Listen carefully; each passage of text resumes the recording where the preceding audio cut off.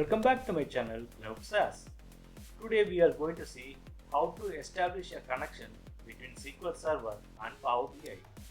To get the data from the SQL Server, just click on Get Data and select the SQL Server. And here it's asking about the server name.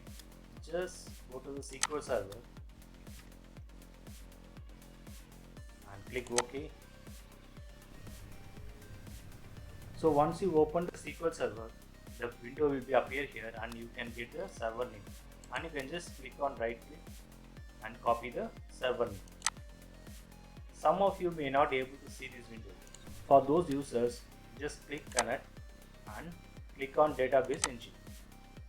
And you can get the server name. So just click on right side and copy the server name.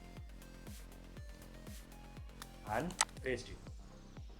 And it's a database which is optional one, but let us place this one.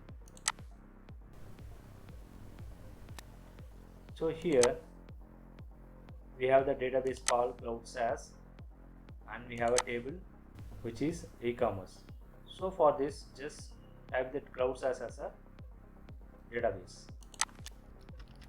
CloutSaaS, and next data connectivity mode, which is import and direct query. When you select the import, so the entire database will compressed and placed in the Power BI. And if you click on direct query, only selected column from the database you can fetch into Power BI. So just click on import over here and click OK. And you can get the database over here and you just click on the e-commerce table.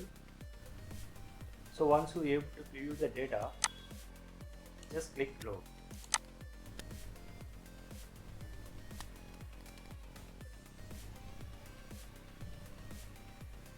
Now the database has been compressed and loaded in Power BI. So the database has been reflected in data panel and you can check in the table view. And now here we successfully established the connection between Power BI and SQL Server. Thanks for watching.